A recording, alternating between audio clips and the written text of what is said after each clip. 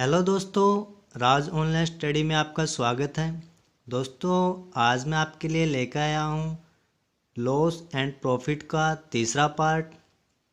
देखो दोस्तों, जो लाभ हानि लॉस प्रॉफिट का जो भी टॉपिक है उसके इतने ज़्यादा टाइप हैं कि वो सारे करवाने ज़रूरी हैं, क्योंकि एक ऐसा टॉपिक है जो लगभग 99% हर एग्ज़ाम में आता ही है।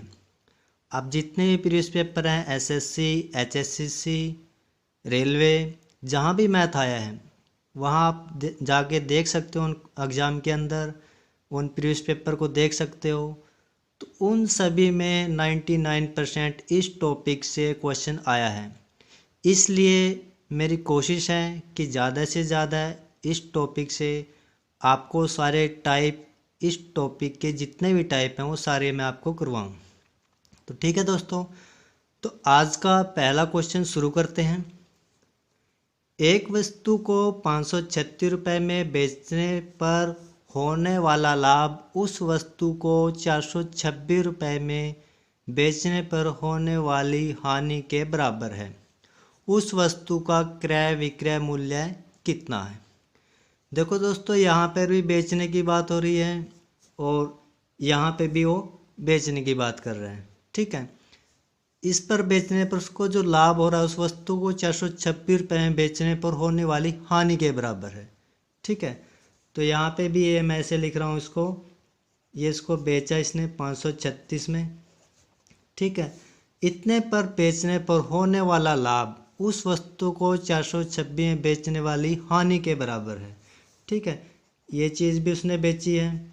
ठीक है, इसको मैं यहाँ पे लिख रहा हूँ। एक पे उसको यहाँ पे लाभ और दूसरी पे हानि, यहाँ पे उसको लाभ और यहाँ पे हानि। तो ऐसे क्वेश्चन जब भी आए दोस्तों, एक छोटा सा शॉर्टकट तरीका आपको समझाऊंगा। ज़्यादा बड़ा क्वेश्चन नहीं करना अपने को ये। तो दोनों चीज़ों को यहाँ पे सबसे पहले इनको जोड़ लो। यहाँ पे मैंने इसको जोड़ लिया, ये आ गया यहाँ पे 12, 16।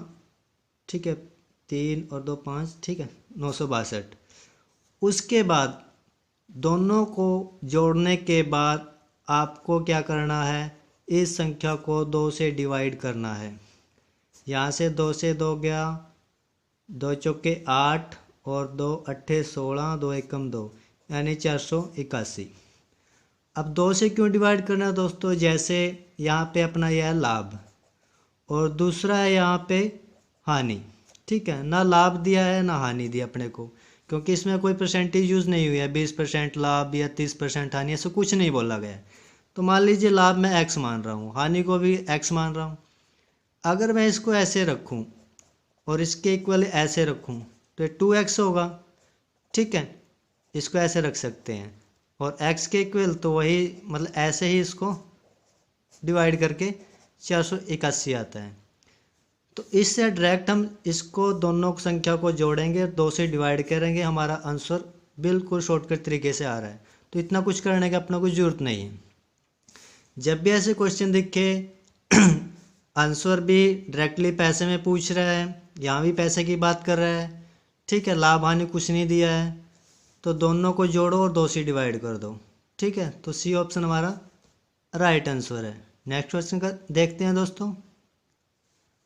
अगला क्वेश्चन है दोस्तों, 24 पेंसिल का क्रय मूल्य 15 पेंसिल के विक्रय मूल्य के बराबर हो तो विक्रेता का लाभ प्रतिशत कितना होगा? ये क्वेश्चन बहुत ज़्यादा बार रिपीट हुआ है दोस्तों, इसलिए आपके लिए लेके आया हूँ। और बहुत से बच्चों को इसके अंदर कन्फ्यूजन रहती है। इसको बोला गया है कि 24 जो पेंसिल है उनका क्रय मूल्य 15 पेंसिल के विक्रय मूल्य के बराबर है। मैं इसको जैसे इसने बोला वैसे ही लिख रहा हूँ। ये 24 पेंसिल का क्रय मूल्य है, ये क्रय मूल्य। ठीक है, किसके बराबर है? 15 पेंसिलों के बराबर है। ये 15 पेंसिल है, उनके विक्रय मूल्य के बराबर है। ठीक है दोस्तों, अब एक चीज़ समझना दोस्तों, जैसे मैंने यहाँ पे 24 पेंसिलों के साथ विक्रय मूल्य लिखा है, इसका मतलब ये नहीं है कि 24 पेंसिलों का एक क्रय मूल्य है। जब भी कोई ऐसे संख्या ऐसे लिखी मिले क्रय मूल्य के साथ या विक्रय मूल्य के साथ, समझ लेना वो उसका उलट है। कैसे, वो आपको मैं करके दिखाता हूँ। अब इसको मैं ऐसे लिख रहा हूँ क्रय मूल्य, ये विक्रय मूल्य इसके बटे में लिख रहा हूँ विक्रय मूल्य, और यहाँ पे ये 15 ऐसे का ऐसे रख दिया मैंने, और इस 24 को यहाँ रख दिया। इसको ऐसे भी लिख सकते हैं हम। अब देखने के लिए कि क्या वास्तव में ऐसा सही है, इसको मैं इधर से मल्टीप्लाई करूँ तो 24 क्रय मूल्य बन रहा है, अगर इसकी क्रॉस मल्टीप्लाई करूँ तो 15 विक्रय मूल्य बन रहा है। ठीक है, हम इसको ऐसे लिखें या ऐसे लिखें एक ही बात है। अब इसको हमने सोल्व कैसे करना है, अब यहाँ से देखना इस तरह से, जो क्रय मूल्य है वो 15 है, विक्रय मूल्य 24 है। यही बात मैंने स्टार्टिंग में बोली दोस्तों कि जो चीज़ साथ में दिखाई दे रही है वो उसके उलट होती है, यानी ये इसका क्रय मूल्य नहीं है, इसका विक्रय मूल्य है, और ये इसका विक्रय मूल्य नहीं है, इसका क्रय मूल्य है। ठीक है, तो इस तरह से हमें पता लग जाता है। क्रय मूल्य यानी हमारी खरीद है, और विक्रय मूल्य यानी हमने बेचा है।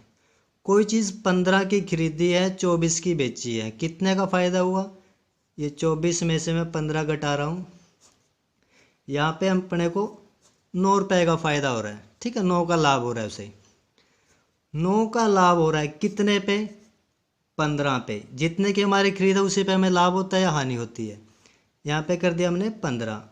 और परसेंटेज के लिए हमने प्रतिशत में कोई चीज़ लेके आनी है, 100 कर दिया। अब यहाँ से इसको काट लेते हैं दोस्तों डिवाइड करके, या 3 तिया 9, 3 पंजे 15, और ये 5 से गया, 3 तिया 9, 3 पंजे 15, और ये 5 से गया, 5 दूनी 10, और 20 की 3 से की 60। ठीक है, 60% हमारा डी ऑप्शन राइट आंसर है। बिल्कुल शॉर्टकट तरीके से करना है दोस्तों, समझ के करना है, बिल्कुल भी कंफ्यूज नहीं होना है। अगर आप यही सोच के कंफ्यूज रहोगे कि ये इसका क्रय मूल्य है विक्रय मूल्य, बिल्कुल कंफ्यूज रहोगे। इसको इस सीरीज़ में लेके आओ पहले, फिर देखो ऐसे आपको बिल्कुल सब कुछ क्लियर हो जाएगा। नेक्स्ट क्वेश्चन करते हैं दोस्तों। अगला क्वेश्चन है दोस्तों, एक दुकानदार इस प्रकार चीनी बेचता है कि 950 ग्राम चीनी का विक्रय मूल्य 1 किलोग्राम चीनी के क्रय मूल्य के बराबर है, उसका प्रतिशत लाभ क्या होगा। ऐसे क्वेश्चन बहुत बार रिपीट हुए हैं। यहाँ पे कई बार अपने को कपड़ा दे देगा इतने मीटर है या इतने सेंटीमीटर है, कोई चीज़ दे देगा ग्राम में किलो में, कुछ भी दे देगा, लेकिन सभी का फॉर्मूला एक ही यूज़ करना। एक छोटा सा ट्रिक आपको समझाऊंगा, उससे ही सारे क्वेश्चन सॉल्व हो जाएंगे।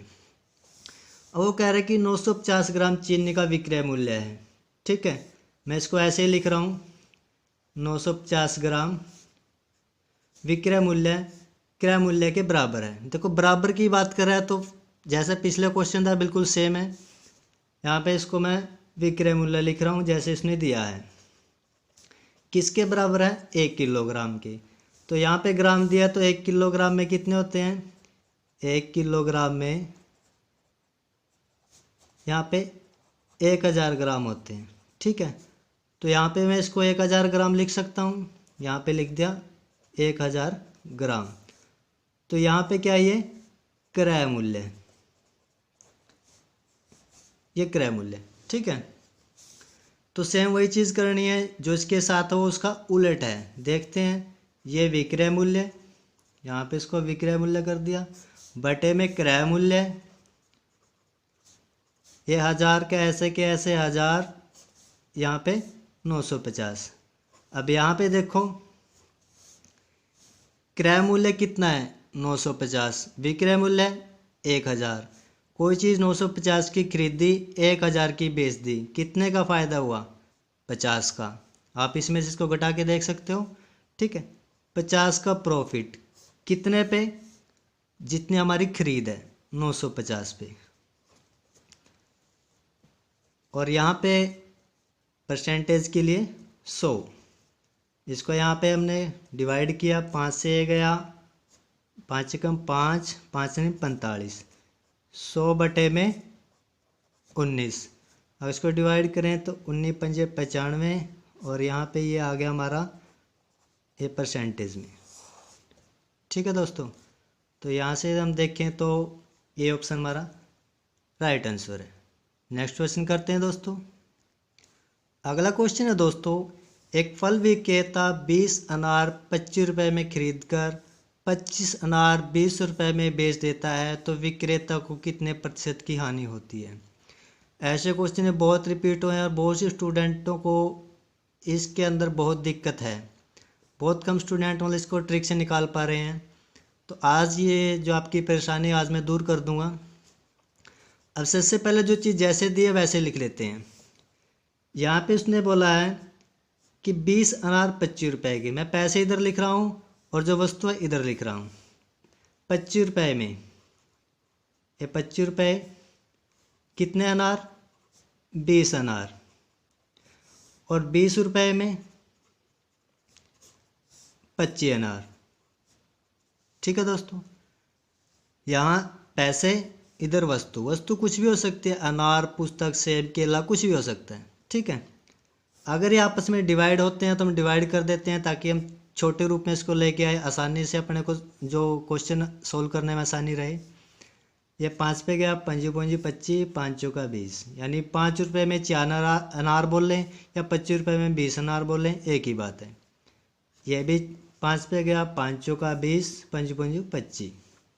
ठीक है, यानी अब हमारा क्या आया, 5 रुपये में 4 अनार और 4 रुपये में 5 अनार। ठीक है दोस्तों, अब इसको सॉल्व कैसे करना अपने को कोई भी वस्तु हो, सबसे पहले हमें इन वस्तुओं को समान बनाना है, इक्वल करना है। यानी अनार अगर यहाँ 4 है तो यहाँ भी 4 होना चाहिए, यहाँ 20 है तो यहाँ भी 20, यहाँ 26 है तो यहाँ भी 26। ठीक है, अब उसके लिए हमें क्या करेंगे, ऐसे कैसे लिख लेते हैं। यहाँ पे ये 5, 4 अनार, ये रुपए हैं अपने और ये अनार है। ठीक है, ये अनार, इसको इससे मल्टीप्लाई कर दो और इसको इससे। ये 5 है तो इसको यहाँ से हमने मल्टीप्लाई करना है पूरी लाइन से। ये 4 वाला है तो इसको यहाँ लिख लेते हैं। ठीक है, 5 पंजू 25 और 5 चौका 20। ठीक है, 25 रुपये में 20 अनार, 4 चौके 16 और 4 पंजे 20। देखो हमारे जो अनार है वो इक्वल हो चुके हैं, या हम बोलें वस्तु इक्वल हो चुकी है। यानी 25 रुपये में 20 अनार खरीदता है सॉरी 25, यहाँ पे हम 5 पंजे 25, 5 चौका 20 और 4 चौके 16, 4 पंजे 20। ठीक है, ये हमारे अनार। ठीक है दोस्तों, तो 25 रुपये में 20 अनार खरीदे और वही 20 अनार 16 रुपये में बेच दिए। यानी खरीद तो हमारी ज़्यादा की है, बेच रहे हैं कम में। ठीक है, तो हमें हानि हो रही है कितने की, 9 रुपये की। ठीक है, कोई चीज़ ज़्यादा रुपए में खरीद के कम रुपए में बेच रहे हैं तो हमें हानि हो रही है। ठीक है, 9 रुपये की हानि हो रही है। 9 रुपये की हानि कितने पे, जितने की हमारी खरीद है 25 पे, और परसेंटेज के लिए 100। 25 चौके 100 और 4 निमे 36। ठीक है, यानी सी ऑप्शन हमारा राइट आंसर है। एक बार दोबारा देखते हैं दोस्तों, कोई भी चीज़ ऐसे दी है अपने को, सबसे पहले अगर वो कटते हैं तो कट लो, अगर वो डिवाइड नहीं होते तो उनको ऐसे कैसे रहने दो। फिर हमें जो भी वस्तु दी है, कुछ भी है वो, पुस्तक अनार कुछ भी, उसे इक्वल कर लेना है इस तरह से। इस वाली लाइन को इससे मल्टीप्लाई, इस वाले वस्तु को इससे मल्टीप्लाई। उसके बाद अपने को पता लग जाएगा, क्योंकि जब भी कोई चीज़ इक्वल हो जाएगी कि इतने में चीज़ इतनी खरीदी है, इतने में इतनी खरीदी है, उसके बाद यहाँ पे हमें पता लग जाएगा लाभ है या हानि है। ठीक है, यहाँ पे ये भी पता लग चुका हमें हानि आई है, वो हमसे हानि ही पूछ रहा है। ठीक है, अगर वो लाभ लिखता तो हमें पता चलता कि ये चीज़ कम में खरीदी जाती, ज़्यादा में बेची जाती, तो यहाँ पे लाभ आता। ठीक है दोस्तों, तो हमारा 36 है जो आंसर आया। नेक्स्ट क्वेश्चन करते हैं दोस्तों। अगला क्वेश्चन है दोस्तों, एक फल विक्रेता को 175 सेब बेचने पर 50 सेबों के विक्रय मूल्य के बराबर लाभ होता है।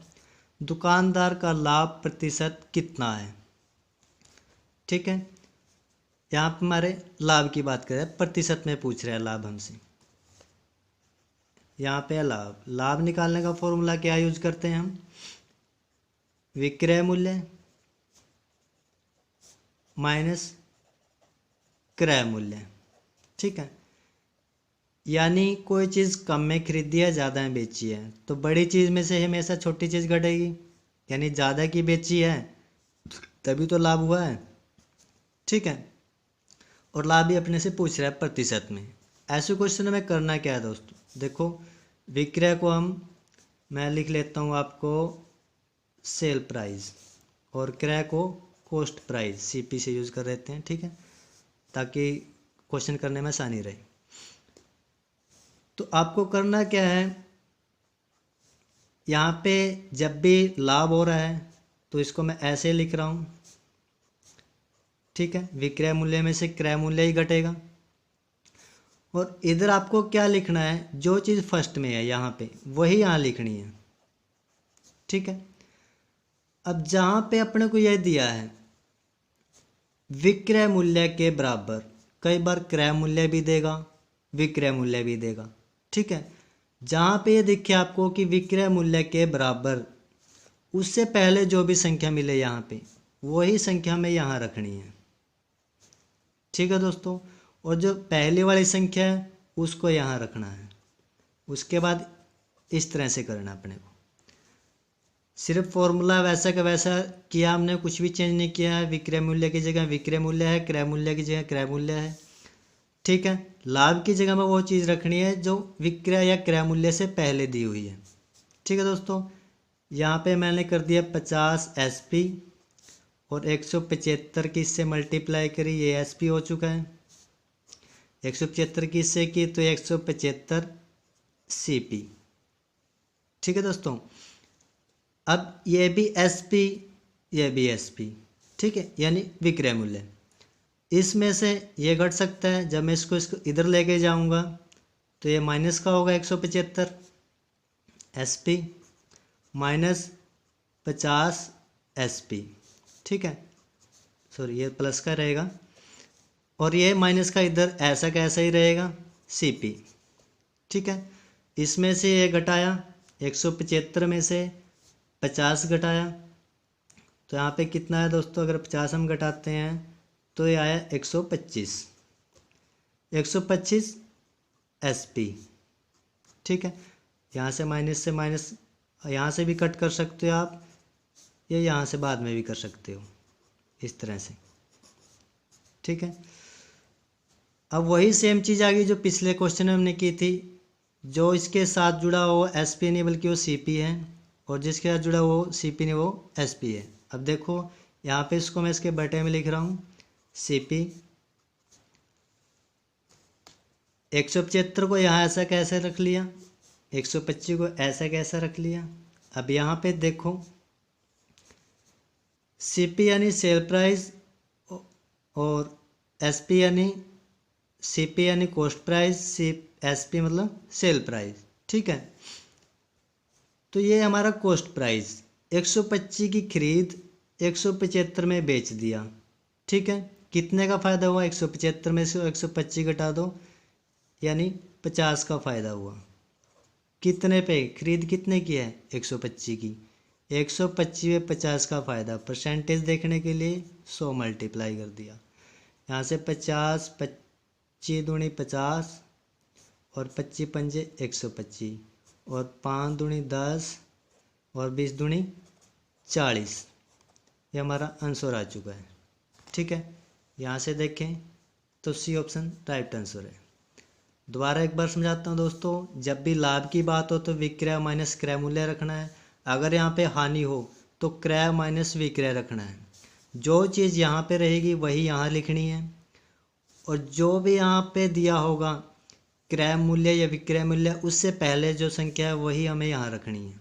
ठीक है, उसके बाद सोल्व करना है। फिर वही सिंपल तरीका है, देखना है कितने की चीज़ कितने की बेची गई, डिफरेंस देख के यहाँ पे लाभ जो हानि वहाँ रखना है, जितने खरीदा यहाँ, और मल्टीप्लाइज 100। ठीक है, एक नेक्स्ट क्वेश्चन आपका हानि का मैं अभी करवा के दिखाता हूँ ताकि आपको आसानी रहे। कि जैसे मान लीजिए अपने को ये बोल दिया कि 33 मीटर कपड़ा बेचने पर 11 मीटर कपड़े के क्रय मूल्य के बराबर हानि होती है। ठीक है, होती है। तो हानि प्रतिशत में बताओ। ठीक है दोस्तों, अब यहाँ पे क्रय मूल्य की बात हो रही है और हानि की बात हो रही है। अब हम क्या करेंगे, अब यहाँ पे लिख लिया मैंने हानि। हानि के लिए क्या करेंगे, क्रय मूल्य माइनस विक्रय मूल्य, यानी जो हमारी खरीद थी वो तो ज़्यादा की थी और जो बेचा वो कम में बेचा, तभी तो हानि हुई है। क्रय मूल्य बड़ा है, विक्रय मूल्य छोटा है। ठीक है, अब इसको ऐसे कैसे लिख रहता हूँ, जैसे मैंने आपको बताया था, कॉस्ट प्राइस और सेल प्राइस। ठीक है, क्रय मूल्य से ठीक पहले क्या है, 11 मीटर। यहाँ पे मैं 11 लिख लेता हूँ। जो चीज़ यहाँ है उसको ऐसे कैसे यहाँ लिख लिया, जो संख्या बची उसको ऐसे ऐसा। अब मल्टीप्लाई कर दीजिए, 11 CP और 33 CP और 33 SP। ठीक है, आप हिंदी में भी लिख सकते हैं दोस्तों, क्रय मूल्य विक्रय मूल्य, अगर आपको CP में SP में अगर कन्फ्यूजन लग रहा है। ठीक है, वो सिर्फ आपको शॉर्टकट तरीके से करवाने के लिए, मैं थोड़ा आपका टाइम ज़्यादा ना लगे इसलिए मैं ये यूज़ कर रहा हूँ। तो आप खुद अगर ये चीज़ में थोड़ा कंफ्यूज हो रहे हैं तो क्रय मूल्य विक्रय मूल्य भी लिख सकते हैं, कुछ आपका आंसर बिल्कुल सही आएगा। यहाँ पे इसको CP में से CP को घटा दिया तो कितना आया, 22 CP, और ये 33 CP इधर ही था। ठीक है, जब घटाएंगे तो ये माइनस का होगा, तो ये भी माइनस का हम डिवाइड कर देंगे। ठीक है, और करके देख लेना आप, वैसे ही होगा। तो CP यहाँ पे SP इसके बटे में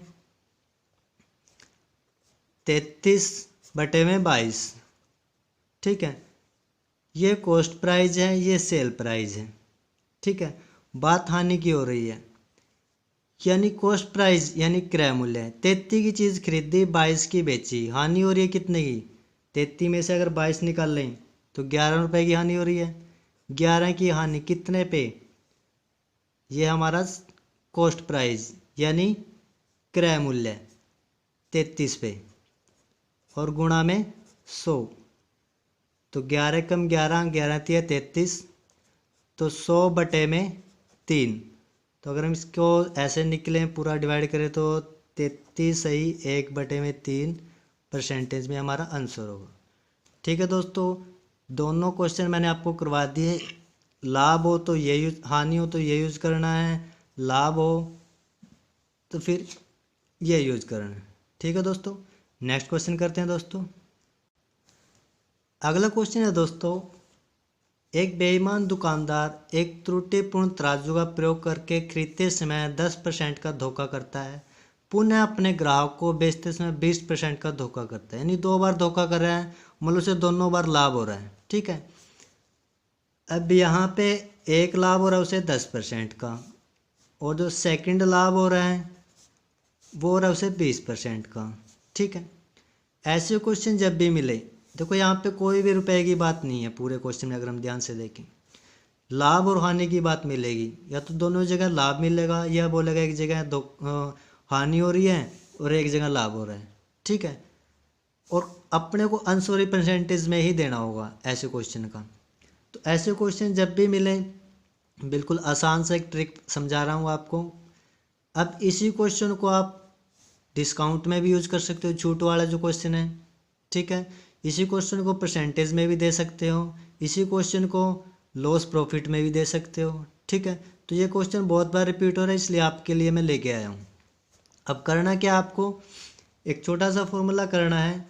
लाभ की बात हो रही है तो पहला लाभ प्लस दूसरा लाभ, यहाँ पे प्लस पहला लाभ मल्टीप्लाई दूसरा लाभ और बटे में 100। बस इतना ही करना है दोस्तों। पहला लाभ 10, दूसरा 20।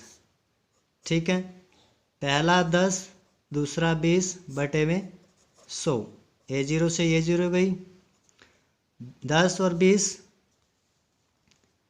30, और यहाँ पे ये 2 यानी 32। आपका आंसर आ चुका है दोस्तों। बस इतना ही करना आपको। ठीक है दोस्तों, तो ये सी ऑप्शन हमारा राइट आंसर है। ठीक है दोस्तों ये जो लॉस प्रॉफिट है काफ़ी बड़ा टॉपिक है, तो एक वीडियो और मैं इसके आगे आपके लिए लेके आऊँगा, क्योंकि मैं नहीं चाहता कि इससे कोई भी क्वेश्चन आए और वो एग्ज़ाम में आपको ना आए। जितने भी टाइप इसके बनते हैं वो सारे टाइप आपके लिए लेके आऊँगा, और उसके बाद मुझे नहीं लगता कि आपके सामने लॉस प्रॉफिट से रिलेटेड कोई भी क्वेश्चन ऐसा होगा जो आपको एग्ज़ाम में नहीं आता होगा। तो अगली वीडियो, एक और वीडियो मैं लॉस प्रॉफिट के ऊपर बनाऊंगा दोस्तों, और कोशिश करूंगा कि सारे टाइप जितने भी इस टॉपिक से बनते हैं वो सारे आपके लिए लेके आऊँ। तो वीडियो देखने के लिए दोस्तों धन्यवाद। मिलते हैं नेक्स्ट वीडियो में।